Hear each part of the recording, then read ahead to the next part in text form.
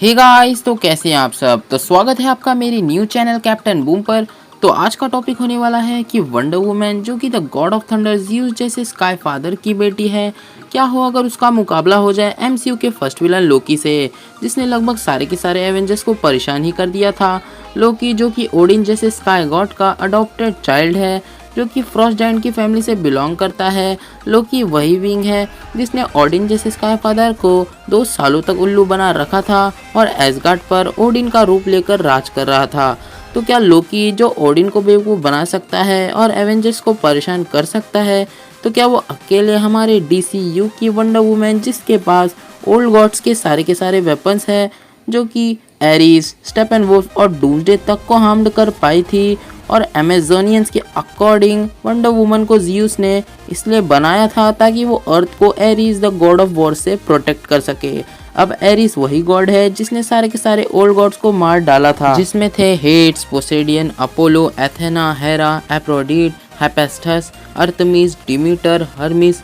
Literally ये सारे के सारे गॉड्स को मार डाला था एरिस ने, और ज़्यूस को भी टोय टू टोय की फाइट दी थी। इसके अलावा वो डार्क साइड के बेबी वर्जन को भी वन शॉट कर चुका है, बट ये सब काम उसने अपनी प्राइम फॉर्म में किया था, जो कि बहुत ज़्यादा ओवर पावर्ड थी। लेकिन जब ज़्यूस ने एरिस की लगभग मैक्सिमम पावर छीन ली और उसे स्काई से सीधा अर्थ पर फेंक दिया, और फिर ज़्यूस ने वंडर वुमन को क्रिएट किया, जो कि आगे चलकर गॉड किलर कहलाई। तो एक वो बंदा जो अपने इल्यूजन से ओडिन तक को बेवकूफ़ बना पाया था, और एक वो बंदी जो कि एरिस जैसे गॉड को मार चुकी है, वही एरिस जिसने ज़्यूस को टक्कर दी थी। तो पहले हम इनकी सारी पावर्स और एबिलिटीज को जान लेते हैं, जिससे हम इनके बैटल को एनालाइज कर पाए।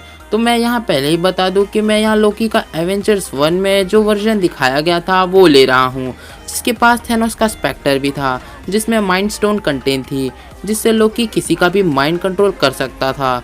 अब लोकी का ये वाला वर्जन मैं इसलिए ले रहा हूँ बिकॉज इस वर्जन का लोकी बहुत ज़्यादा बैडएस और इम्पैक्टफुल नज़र आया था, और बाकी जगह लोकी को उतना पावरफुल नहीं बताया गया है। तो बिना किसी देरी के स्टार्ट करते हैं अपने वीडियो को और आते हैं अपने मेन टॉपिक की तरफ। तो पहले बात कर लेते हैं हमारे गॉड ऑफ मिस्चिफ लोकी की। अब लोकी में ऐसा क्या है जो उसे लोकी बनाता है, तो वो है उसका इल्यूजन क्रिएशन करना और दूसरों को उल्लू बनाकर उनके पीठ में छुरा घोंप देना, और अगर कम पड़े तो साइड से खिसक लेना, क्योंकि जिंदा रहना तो लोकी की किस्मत में है, जैसा कि हम लोकी सीरीज में देख ही चुके हैं। तो अगर बात करें लोकी की पावर्स और एबिलिटीज़ की, तो लोकी के पास है सुपर ह्यूमन स्ट्रेंथ, जिससे वो कैप्टन अमेरिका जैसे सुपर सोल्जर को भी इजीली टेक डाउन कर रहा था, वो भी होल्ड बैक करते हुए। इसके अलावा वो थॉर को भी टोय टू टोय की फाइट दे रहा था एवेंजर्स 1 में, बट उस वक्त थॉर होल्ड बैक भी कर रहा था, हम ये नहीं भूल सकते, बिकॉज लोकी उसका भाई था।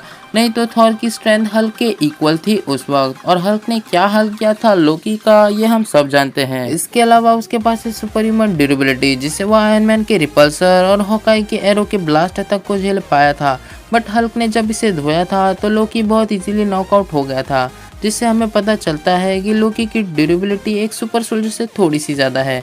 इसके अलावा उसके पास है मैजिकल ग्रीन एनर्जी को शूट करने की एबिलिटी, जैसा कि हमने लोकी सीरीज में देखा था, वो अपने हाथों से ग्रीन कलर की मिनी एनर्जी बॉल को प्रोजेक्ट कर रहा था। इसके अलावा उसके पास है खुद के रूप बदलने की एबिलिटी, जिससे वो किसी का भी रूप ले सकता है और किसी को भी इमोशनल कर सकता है। इसके अलावा वो अपने अनगिनत इल्यूजन्स क्रिएट कर सकता है, जिससे थॉर और ओडिन तक रजिस्टर नहीं कर पाए थे।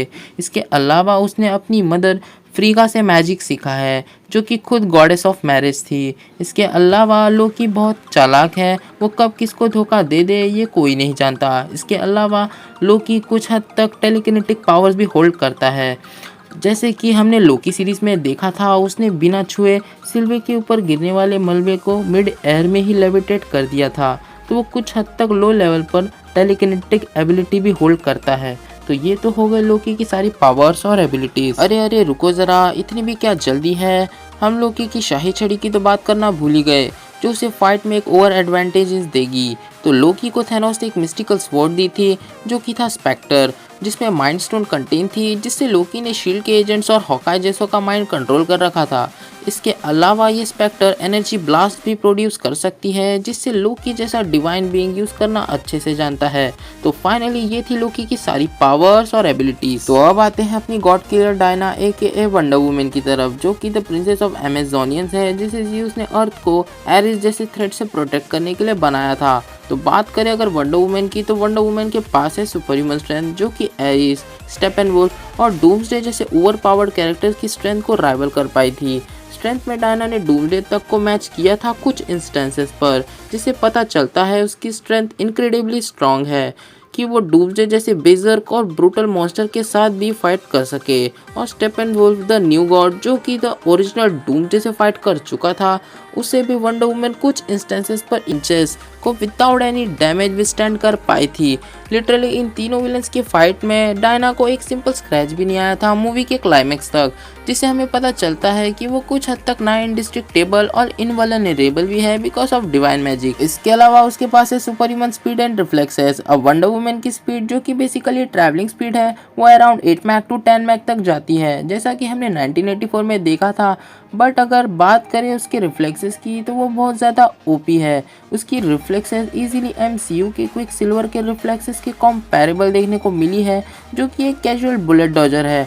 बट ये तो वंडर वुमन की नॉर्मल रिफ्लेक्सेस है। अगर वंडर वुमन अपनी पर आ जाए तो उसकी रिफ्लेक्सेस लाइटनिंग को कैच कर सकती है, जैसा कि उसने एरिस जैसे स्काई गॉड की लाइटनिंग तक को कैच कर लिया था, जो कि अराउंड 300 मैक कैलकुलेट की गई है, जिसकी स्पीड लाइट ऑफ स्पीड के 30% माना जाता है। इसके अलावा बैटमैन वर्सेस सुपरमैन मूवी में उसने रिफ्लेक्सेस में डूम्सडे और सुपरमैन को मैच किया था। अब कुछ लोग बोल सकते हैं वंडर वुमन ने सुपरमैन के रिफ्लेक्सेस को कैसे मैच किया, बिकॉज स्नाइडर कट में तो वो एक स्टैचू से ज़्यादा और कुछ नहीं थी।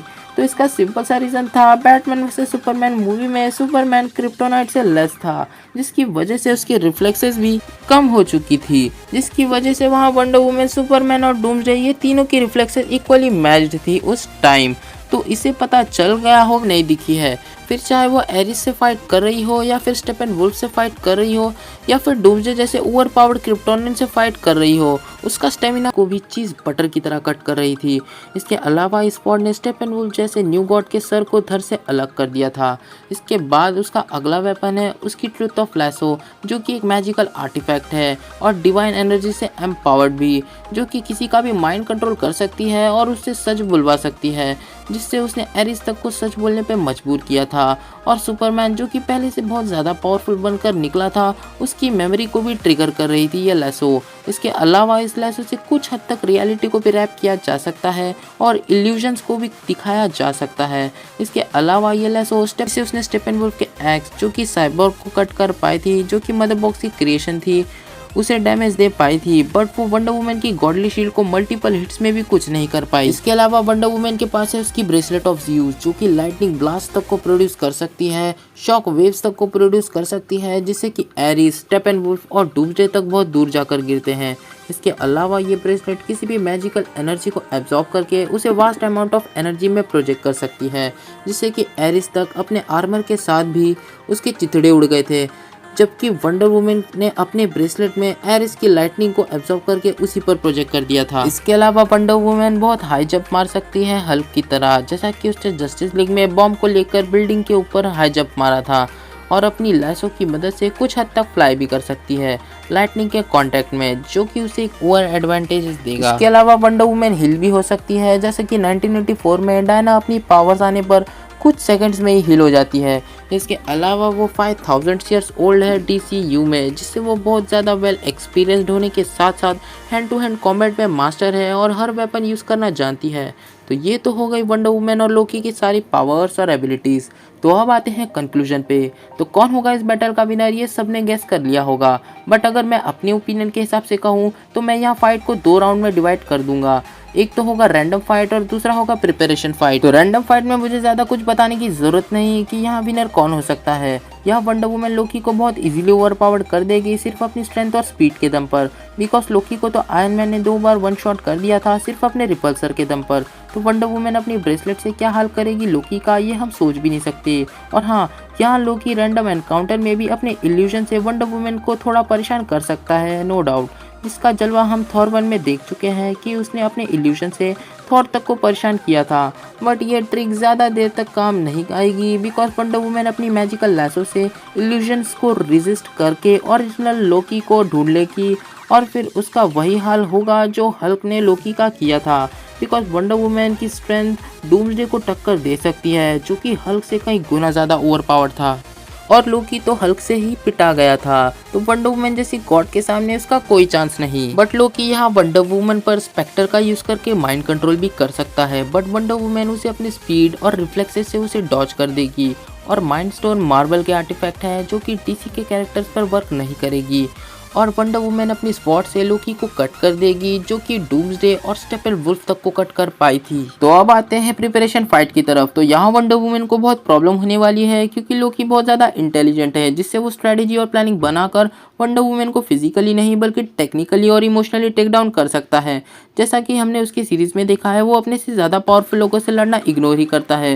लोकी चाहे तो डायना का बॉयफ्रेंड स्टीव का रूप लेकर उसे इमोशनली वीक बना सकता है और लोकी के इल्यूजन्स को तोड़ना यहाँ डायना के लिए इतना भी आसान नहीं होने वाला बिकॉज उसने अपने फेक इल्यूजन कास्टिंग से ओडिन तक को 2 सालों तक बेवकूफ़ बना रखा था जो कि खुद में ही एक बहुत बड़ी फीट है।